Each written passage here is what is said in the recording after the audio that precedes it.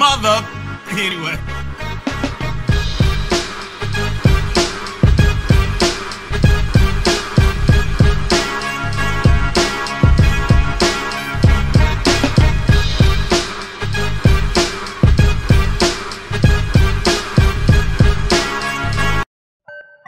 Welcome to the Ruckus, everybody. I am your host, Joe Clair. Who is that right there? Hey, your girl Lez in the building. Can I tell you that beat to our open knocks? I just want to dance and battle and backflip on somebody real quick. Well, I sit here and I make this music. I never know where it's gonna go. Luckily, it ended up becoming our theme song for our show. So I'm super excited every time I hear that joint. You know how we do. We're here to entertain you, man. Before we get to our first guest, I need to talk to you. You are in the middle of the heat and the motherfucking fires and the drought and everything else that's going on in Southern California. You all right? You good? Listen, Hollywood, between the mudslides, the earthquakes and fires. Yeah, I am good. I mean, I'd rather this heat and the sun shining. It's beautiful. And our ocean just recently got contaminated with a whole bunch of debris, so we can't really even swim like in Santa Monica and Malibu. So it's a lot going on. Wow. Mother Nature must be, quite pissed at somebody. But listen, I'm alive, I'm healthy, and I'm COVID-free. So thank you, Jesus. Oh, okay, I ain't know all of that. I'm gonna keep my black ass right where I'm at. So now it's about time to introduce our first guest. Les, you want to do it or may I? Let's split the task at hand. Okay. So I'll just start off by saying this. The person that is coming to bless us, when you hear names like Dr. Dre, Yella, MC Ren, Eazy-E, the LA Dream Team, Compton's Most Wanted, DJ Battle Cat, you better think of this man who is like a culture creator, so to speak, right? Right, he is the godfather of West Coast hip hop. I am looking to get a bit of a history lesson because I'm heavy East Coast, and it's always great to learn about how these things came about. Plus, he's still making moves out here in these streets, doing big things. So right about now, representing the world-class wrecking crew, please put your hands together for Lonzo Williams. What's up, folks? What's up? How you doing, brother? Hanging like a chandelier, just trying to shine, baby. You glimmering, you shining, you moving. I'm using that one around the house. I'm about to use that when I go back upstairs. I'm hanging like a chandelier, and I'm trying to shine. Bring your ass in this room. Okay, right. Joe, I gotta tell you, for the first time, because we never got a chance to interview him doing Rap City, right? We did not. Which is crazy and insane because Rap City and a lot of the West Coast videos would not exist without this man. Exactly. But I happened to meet him at the Universal Hip Hop Music Museum, kind of award ceremony, informal. But tell them about the award that you just received that has been long overdue, Lonzo. I received an award. Wrecking Crew received an award from the Universal Hip Hop Museum for our contribution here on the West Coast. Me and Clientele, we're both members of the Universal Hip Hop Museum, and my man Rocky blessed us with I think it was a lifetime achievement type situation. Me, Curtis Blow, and Clientele. So it was a great opportunity. It was a great situation for me. I always like being appreciated. That's one of the few things of being a godfather that I still can get at this stage of the game. Don't get no platinum records, but I still get some love. But the love counts. I take the love. Love counts. So Lonzo, I don't know if you know, I'm a student of all things black music, all things black culture, and I'm a East Coast guy. But before we started the show, we were talking about how sort of DJing and the scene was prior to what we gonna call the hip hop era, when the World Class Wrecking Crew was making music, when you guys were starting the LA Dream Team and those kinds of things. What was going on? Like what was the move to make you guys move into hip hop? Well, like what's right in between? What's in between disco and hip hop for you, or is there in between? Well, you know what? For me, I started in disco as a DJ myself. That was my first love was DJing, and my first name was Disco Lonzo. So I'm rocking BGs and Donald Summers and clubs. I'm 22. I'm 20 years old doing this now. I'm rocking in the park, just like Cool Herc was. I'm rocking in the park. I'm doing local sets or whatever the case may be. And disco got so popular here on the West Coast. My friends started doing these disco dances. That's what we call them, disco dances, for people under 21. And because I went to broadcast school, I had a little edge on some of the other DJs. It wasn't a whole lot of DJs, first of all. In fact, the only other DJ I was competing with was one of my classmates from the broadcast school. And we started doing these dances. And where I lived at the time, everybody was selling weed by the ton. And my mom had just passed. I lived in my mom's house. My dad came by the house. He technically his house. Saw me with a pile of money. Thought I was selling weed. And he tried to step off in my ass. I'm like, hold on, man, time out. Come by and see what I'm doing. At Alpine Villa, just spot over in not far from the house. He did. His partner had just completed a second story on this nightclub, a banquet hall, and he introduced us. I knew the man from the neighborhood, but I didn't know him as from a business aspect. And at 22 years old, I was able to get the Eve After Dark up and cracking, and it was all because of my previous work as a disco DJ per se. So was y'all scratching? Did you take everything that you saw from the East, or what? How was that?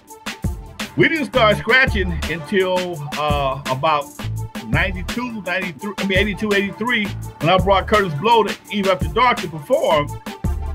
Davey DMX took my boy at the time, my main guy, Yella, into the studio and showed him how to work them 1200s. We didn't have 1200s at first. We were doing some belt drive turntables. We had belt drive turntables. I mean, all we did some mixing, some slam mixing, some overrides, whatever the case may be. We had rubber pads on the turntable still. When the arm moved, the record started, that kind of shit. And it wasn't until I booked Curtis Blow to perform a party at the club called Christmas Rapping. That Davey DMX was kind enough to take his turntable, put it in my DJ booth, and show Yella how to scratch. And that's how everything started for us as far as scratching. And we was doing other things, but we wasn't scratching yet. Gotcha. How does your skill as a DJ transform into your long repertoire of being a producer? Right? Because not everybody who's a producer has DJ skills. And so even though your library of music is long and strong probably than most producers, let's talk about the skill that took you from the club into the studio. Well, being that we had a teen club at the time, we were very, very aware of two things. People like to dance fast, and also they like to slow dance. So when Record Crew started making their records, we made what we call dance and romance records. People know us for Turn Off the Lights, our big hit, but our hit before that was a song called Lovers. I Don't Want to Be Lovers. It was sang by a lady by the name of Mona Lisa, and that record got us more airplay and more gigs than Surgery and Juice, our dance record. So when right before we broke up, I wanted to make another record for the radio, and that's when I came up with Turn Off the Lights. Mona wasn't available, and I would grab Miss Chalet, and there go another limb to my history tree. So I need to go ahead and thank you for the Before You Turn Off the Lights records.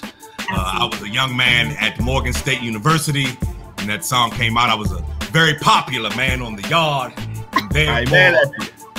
And the record came right on time. Because I was telling a story about that record yesterday. At the time when I wrote that record, a lady had told me that, like, that Sunday or something, like, she kind of gave me the clues. Look here, bruh. She said, look here, bruh. If you're going to hit this, you better do it right. If you don't, get up out of here, okay? And I was actually out delivering records, man, at the Compton swap meet, and everything just came to me at one time. And I sat in the parking lot.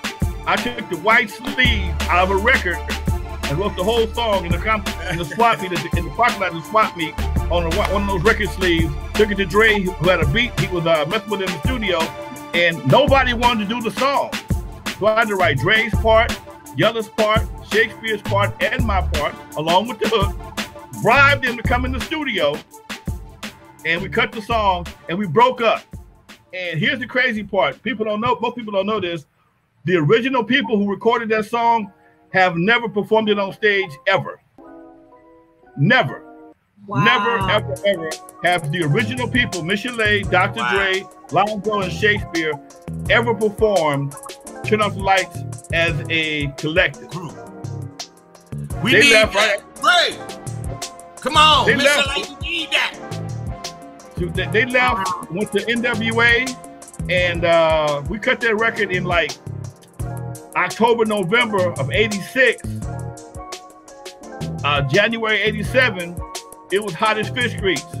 Yeah, and they was all NWA grabbing their balls, talking shit. And next thing I know, because we had the same manager, which was Jerry Heller, I'm on tour with the same guys who made a hit song that I'm performing. And I got Battle Cat and another buddy of mine, Richie Rich, performing Yella and Dre's part, and Mona Lisa was singing Michelet's part. So you go. So you mean to tell me? So you make the hit record, you go on tour, but the people that you made the record with was in another group. So they was my opening act. Wow. They were my opening act. Talking about some awkward shit. Yeah. Talking about some awkward shit. It's like we on the same plane, same hotel, same stage. Me and my boys are not talking, and they gotta watch me get paid opening act. And at this time, they the opening act, and ain't nobody really feeling NWA.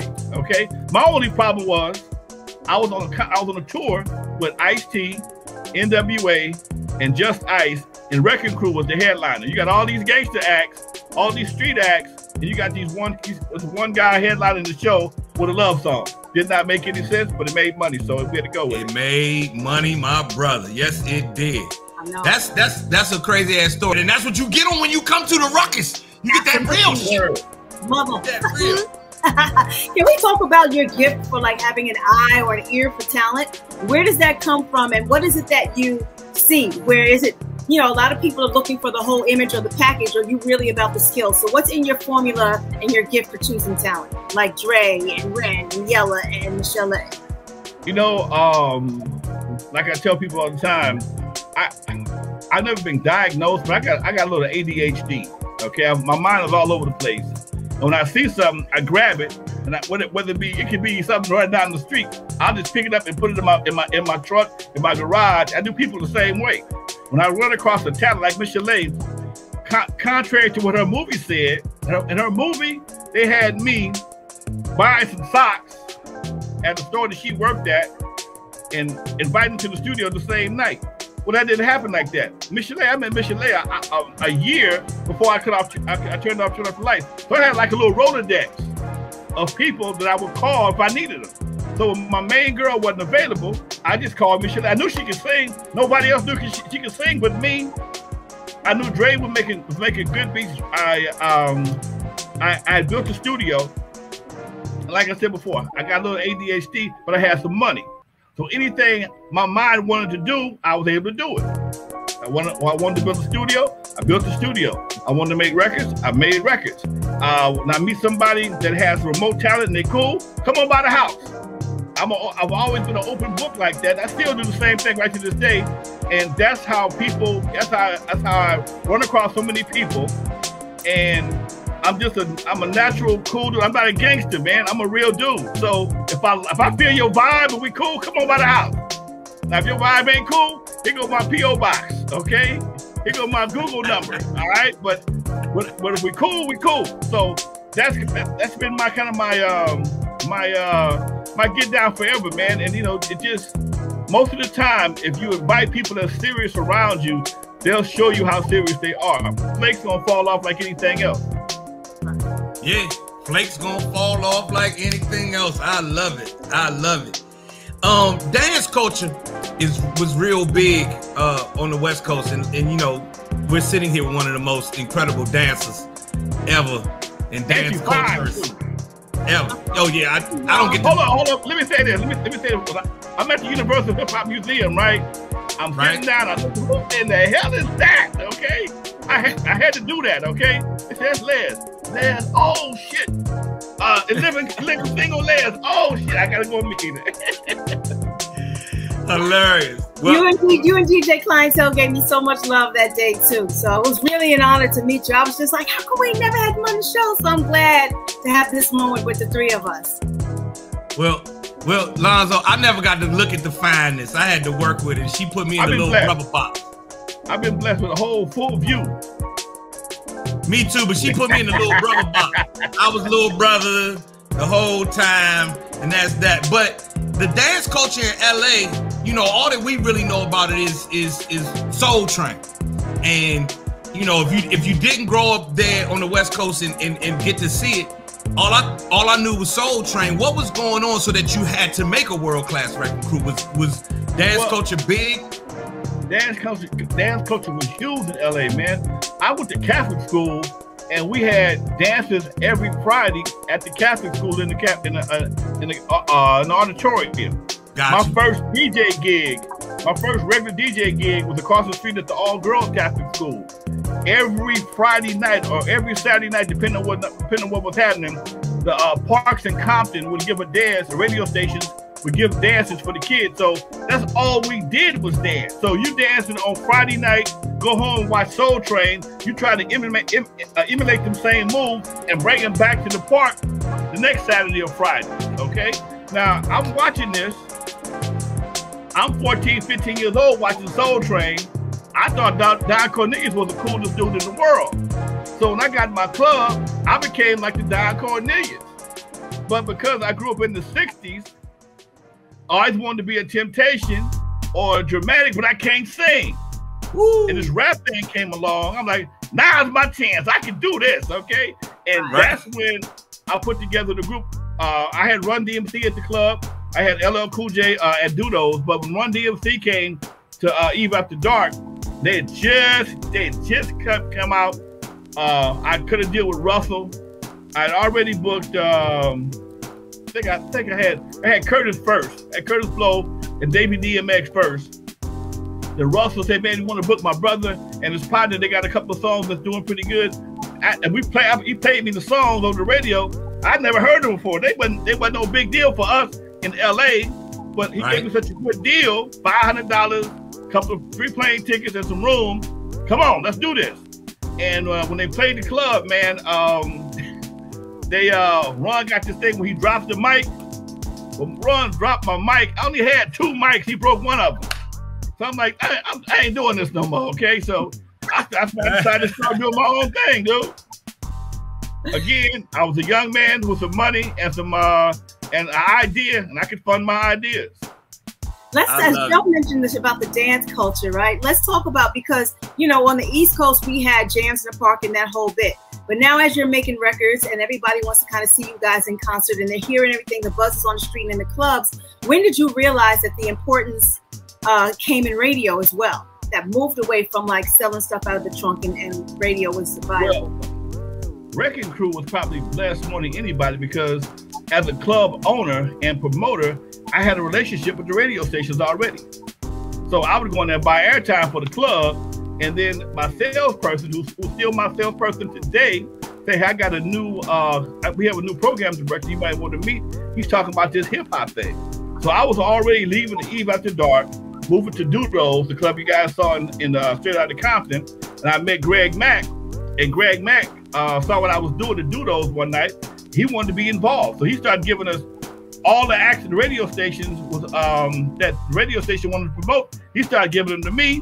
And it blew up. In fact, at one point in time, we had LL Cool J, Jermaine Stewart, and the biggest act we had was New Edition came to Dudos and just rocked it to no end. And it just made for a hell of a time because we had 2 types of promoters. We had street promoters. I was a street promoter / club owner, / group / label owner, and a group member. That it was like the perfect storm at that time. So we was running the streets. We was always on the radio doing our commercials. Then Greg heard some of the bootleg mixes that we were doing. We put them on the radio. So Wrecking Crew just blew up because we had the club every Friday. We had mixes every Monday through Friday, and we was doing shows all over the city with K-Day, the radio station. So it just gave us the appearance of being a lot bigger than what we were. And then shortly after that, our distributor Makola started. He started distributing our records around the country without our permission, without our knowledge.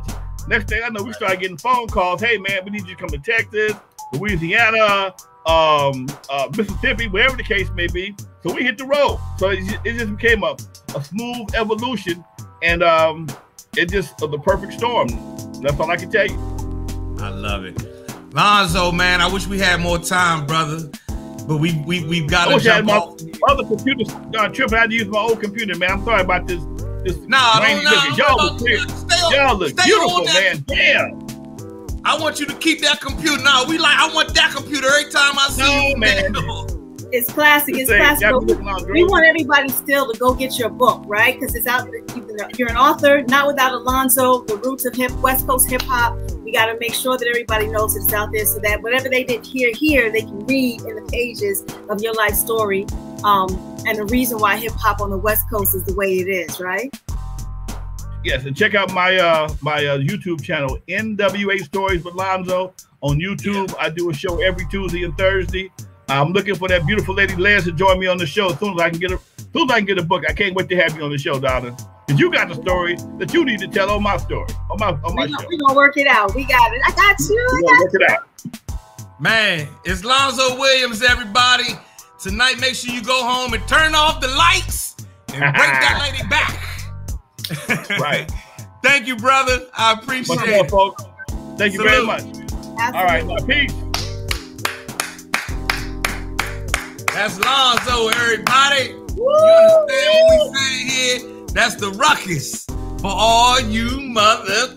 That was, man, I wish we had more time. We have to have him back because I didn't even get to start talking about like his influences, the things that they were listening to in LA at the time. And for me, it's always super. Even like when I met you, Lez, it's always really, I think it's really, really dope and a lot of value in having, putting context to who we are, where we came from, how this came to be that, and how that became to be where we're sitting today. So that was really, really fucking dope, man. Yeah, definitely one more time. Because he could have given us a bird's eye view on his thoughts on the biopic. He skimmed over it a little bit about the whole Michelle A story and all of that stuff. Yeah, we're going to have him back. Yeah, for sure. We're going to get him back. I know y'all got questions. He had a front row seat to everything that happened between Zeph Rose, Ray, or his opinions on it, East Coast, West Coast beef. We got to have him. Do your homework, people. That's what we're here for. Lez, in all these years, there's a big misconception, and I don't know if you catch it, but I catch it all the time, where people, ask me about why I left Rap City. And because, in the black community, when they love you for forever. There will never be another Don Cornelius. There'll never be another Donnie Simpson. There will never be another. And so people felt like we should have been there for forever. Right. Well, people, I'm here to tell you once and for all, I didn't leave Rap City. That was not my choice. I was shown the door. I was told that this is the first time BET and leaving Rap City was the first time I heard we're going in another direction. Wow. See, I heard this story. So, Ruckus family, this is the first time I'm really hearing this story, and I don't even know if you know mine, but please, proceed, my brother. Yeah, there was a regime change. Some things that transpired. There was some different owners and a regime change, and our new boss was Stephen Hill, who went on to do great things with BET and make that brand what it is today into a global brand. But he's at the helm now. He's new, and I was summoned into his office. And Lez, I don't know if you remember, I could have sworn you were in there right before me. Nope, I was in LA at that time. Were you? I was in LA and I was doing radio. But go ahead, finish. Well, then who else got fired that day? Somebody, anyway. It was somebody in that mother got fired anyway. He calls me in, and it was really just pretty basic. The statement just was, we're going in another direction. And I guess because I had been in that BET bubble of black folks who were East Coast entertainment and media, I had never heard such an industry explanation. We're going in another direction means get your shit and you out the door. I had no idea. So I'm sitting there after he says we're going in another direction saying, oh, okay, cool. Well, how many days a week does that mean for me? Right. The show format's changing, what we doing, how. Okay. Yeah. So where do I go next? You know, what does that mean? Because I had just moved back from, I was living in New York. Remember, I was in Jersey and doing all the New York shit at the time. And I was like, so what does that mean? Because does that mean I gotta spend more time in DC and blah, blah, blah. And it dawned on me, like, after I left his office, like, no, that's the end of your tenure at Rap City. I was like, oh,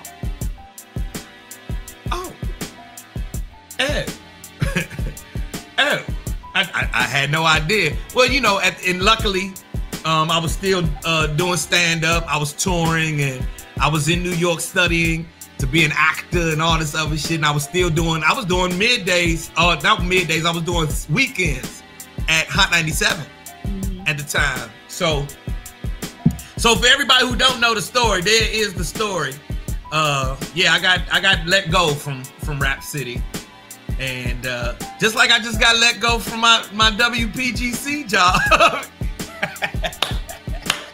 I love that you can laugh about it, because we all know that what's coming next, regardless of that chapter being closed, when you got all these gifts of talent and skill, can nobody stop you. Your shit, the next chapter is already ordained, and that's the part that I love. I thought, Lez, so I got let go 2 Thursdays ago, right? 2 Thursdays ago, I got let go from the radio station, and I just knew that I was going to get to sleep. I was going to take at least 2 weeks of sleeping. In my fantasy mind, I said, good, I can chill the rest of the summer and pick up in the fall, get busy. Man, please. That lady had me up every mother. You hear me? I'm out that bed at 6. And between flipping houses, doing real estate, stand up, building out what we do here, media and everything else, and being a dad and a husband, ain't no sleep. Ain't no time off. Ain't no none of that shit. You can sleep when you old. Let me ask you though, did you see it coming? Did you have any inkling that this was about to be the end of an era for you on WPGC? Yes. What happened? What was the telltale? I just been doing this long enough. I just been doing this far too long, and knew that COVID didn't help us at all. In radio, in morning radio, COVID didn't help one iota. And I knew that a corporation the size of Odyssey couldn't keep our show with the price tag that came along with it, and the ratings are the way that they are, and things are going the way that they're going. I just knew that something was going to have to either change, or either they were going to have to infuse a bunch of shit into this show to make it what it's supposed to be, or what radio usually does. Okay, then we'll see you later. And so the wife, me and Naima had conversations about this, prior, and her real shit to me was like, well, what do you want to do? What is it that you want to do? Not what do you have to do for me and these kids? What do you have to do to pay? What do you want to do? And so for any man who's watching right now, make sure you get you a woman who got a mind and her own motherfucking money. So that's right. When you be like, baby, I got us, but we gotta be happy in this house. So as you transition and your hours change and we gotta change the schedule of these kids and stuff, I need my man happy. I need to be happy. So she asked the right question. Absolutely. Lez, I have never, as long as we've been together, she's never, ever paid rent, paid a mortgage. She don't pay none of it. If we, in the houses we flip, she don't take care of none of it. She don't do none of that shit. So the prospect of me having to now maybe let her do that was so unappealing that when it was time to get busy, I was like, fuck it, keep getting busy. Absolutely. Absolutely. Well, I'm proud of you, Joey. And I know once we get on our network and stuff the way we're supposed to, all the other things that we do, because we are, thank God, multi-talented and have a million forms of income. Amen. Trying to get it all back to COVID, but it's all good. It's going to be their loss, like I said. How did your Rap City story go, though? You never told me that. My hiring Rap City story and my departure story were just crazy. Because my hiring story quickly was, I was a guest on Madeline Wood's show on Video LP as a dancer and choreographer, and they actually had me perform. I choreographed a number, had some dancers behind me, did 5, 6, 7, 8, and she had talked to me because by that time I had danced for Bobby Brown, Heavy D, Michael Jackson, Mary J. Blige, like everybody and their mother. So we talked about it. Our producers upstairs, Keith Paschal, Sanita Brooks, Eric had come downstairs and was like, Alphonse McCullough, yes, had come downstairs and was like, we never thought about having a girl until we heard from you. Because obviously being a club kid in New York City, I was with a lot of these people who are now artists before they had their deals. So while they were on the open mic stuff, I was in the circle battling, backflipping on cats. And then I started dancing for them in music videos and whatever. We spend a lot of time together in rehearsal, on tour, on the road with their families, no makeup, no, wigs, none of that stuff. So I've seen the raw, I know everything about them. So they trust me. They have a relationship with me. I have information that I don't need a cue card or a prompter and all that stuff for. So I auditioned with Kenny Burns. Shout out to Kenny Burns in the ATL. And they actually gave me the job, but Keith and Sanita had to go upstairs and deal with Bob and Lydia Cole and a couple other people, because one, female voices weren't heard very loud in hip hop then, and two, for the men in the room, I didn't look like the person they wanted to see on television, right? You know what that meant. I didn't look like the female that men wanted to see on television. And I was told out twice. The men sitting in the corner offices. They want, your Halle Berrys and your Rachels and everything else. But I digress. Keith, Sanita, Alphonse, they all fought for me. And that's how I got the job. Thank you, Jesus. They ushered me in with Prince Dejour. It was like 1993. We went to, I think it was like Jacksonville, Florida, to do Spring Fling or something like that. I got to interview Outkast for the first time and all these other artists. And next thing you know, the labels got wind of it and was like really requesting to do interviews with me once they found out that I was on the show. So that was the blessing, because I had already the choreography existing relationship with all these artists. Cut to 1999.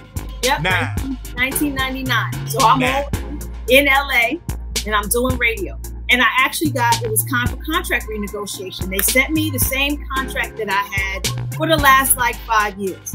The same contract. Not a penny more, not a upgrade in anything. And I'm still, and have been all these years that I have been on Rap City, been making more as a dancer and a choreographer and a radio personality than I was on a national television show. So as I tried to have my manager negotiate for more money, and now that I'm in LA producing a lot of these shows, because it was a match made in heaven. We were shooting the show as the guests were on my radio show, so it was a 2-for-1, plus the promotion that happened in LA and on radio and all that other stuff. And my manager just kept saying, nobody's responding, nobody's responding, nobody's responding. And finally they responded and said, well, we're not changing any points of the contract. She can either sign it as it is, and we'll move on, or that's it. And just like anybody in an abused relationship, at some point you have to say, how many times am I going to let this motherfucker punch me in my face before I walk out the door? And that was my exit stage left. I chose not to sign. And again, I still think I was choreographing with the occasional dancing. My radio job was paying like double what Rap City was paying. So I just was kind of like, let me keep the hustle alive and keep it moving. And so many other doors opened. And at some point in your career, you have to demand respect and nobody's going to give it to you. And that's kind of how it happened for me. So I never got to work, even though it was right when Stephen Hill came in, and it was him who probably said it. We all know now that he came in with his set of people that he wanted to work with. And I just happened not to make that list. Even though they did give me an opportunity to say yes, I couldn't be true to myself. After 7 years of being there, how can I not get any more money? Like, really? Really? And I'm adding radio and all this other stuff and doing half the work. I'm producing all these shows for you. People come to my show. You don't have to even book anybody. I'm booking them. It's here. I don't get anything. And then I think the other slap in the face too was that, if you remember that late night show that John Sally was doing, I had asked, he was doing it from Los Angeles, and I had asked to be his co-host. And that's when it came up again that the powers that be, the men upstairs, said, no, she is not what men want to see on late night television, because I didn't look a certain way. And that's when I really knew my middle finger was up and I was done. So they moved somebody out here, spent more money to someone who didn't know anything about the industry unless you spoon-fed it to them, as opposed to me and you who live the culture, breathe the culture, create the culture every single day. And I'm just like, you know what? I can't take it. I can't. Wow. Wow. It's yeah, I never heard that story. I did not know. Yeah, I did. Yeah. So there you have it, America. That is the 1-2 of, you know, our relationship at Rap City. Now, I will say that after I got let go from Rap City, you remember I hosted another show and another show and another show and another. I kept getting checks from BET for like, I stopped. I think the last check I got from, no shit, I just got a check from BET during the pandemic. So I worked for them off and on, here and there. Remember, I did Mad Sports. Then I did Black College Football. And then I did Take the Cake with Takara. Oh, wow. That's right. Remember we had a quick... I remember. Wow. But you know what's crazy? Like, see, you're part of the boys club, right? Because I've maybe done the show I did with Rodney Jerkins, one of the girls who won on... what's the fashion show with all the designers and stuff, and we did a show like that where I was one of the judges, and occasionally a little bit hosting, but they have never, even while we were in the prime of Rap City, let me present an award for any award show, Walk of Fame, BET Awards, Hip Hop Awards, or host the red carpet ever, knowing that you and I know all of these people without a problem. And they want to share stories with us. They trust us with even the most scandalous stuff, because we know that they know that we're not going to disrespect their story, that we're going to tell it with grace, make sure it's your truth and all of that stuff. But they've never, ever let me present. But you and Tigger? No, I've never been to I went to the first BET Award in Vegas. And I was told to wait in my room, and I would get a call about when to come down to, you know, do X, Y, and Z. And I never got a call. So they flew you out. Flew me out. Booked you a room. In a hotel. I don't remember what hotel we were in. I watched the BET Awards from my hotel room. And the awards are going on downstairs. And I'm not gonna say who, because we're still great friends today. She's like, why didn't you come downstairs? You should have just came down. I said, it's an award show, and I'm just going by protocol of what we're supposed to do. And even since after that, I've never been invited to. I don't get invited to no BET Award. I've never been invited. I don't get. And I was doing the Wrap It Up campaign. Remember, you know, because of my brothers, I was explaining my brother to you a minute ago, and his HIV status, I became the moderator for the Wrap It Up campaign for a decade, right? And I'm going around the country speaking to youth groups and, you know, talking about Wrap It Up and keeping yourself straight and confidence and becoming a mature adult and all these other things, you know, waving the BET flag. But nah, I've never been invited to none, not the honors, the awards. I did get invited to, at one time they had a BET Comedy Award. And they did invite me to that, and that was cool, but it was awkward at the same time, because every comedian who came is comedians I either, you know, that I work with. Some of them even were opening acts for me. Right. And they coming and getting all these accolades, and I'm sitting there saying, man, you know, but that's how it goes. That's the game. But now we do the motherfucking ruckus. Absolutely. For all you motherfuckers. You understand? So listen, I'm gonna let you go. I'm gonna go ahead and go. I need to go talk to this lady who lives upstairs with me, who has a ring that looks like this, and see if there's some dinner. Because don't say dinner to me, Joey. You know I am on. Oh, my bad. Of my cleanse, of the master cleanse. Your girl got to get into shape. Damn it. Lez, I've never done a cleanse, and maybe you'll be the one who get me into doing a cleanse. Inspired? I got you. You know me, spirit, mind, and body all day, every day. You know how we do. Okay, I'm just namaste. And that's going to do it for this episode of The Ruckus. Thank y'all so very, very much. Make sure you subscribe to our YouTube channel. Follow me at Joe Clair. Follow her at I am Leslie Seagar. You know how we do on all platforms. Rock with us on The Ruckus. Rock with us. Salute to y'all. We'll see y'all next time. This is The Ruckus. We love y'all, man.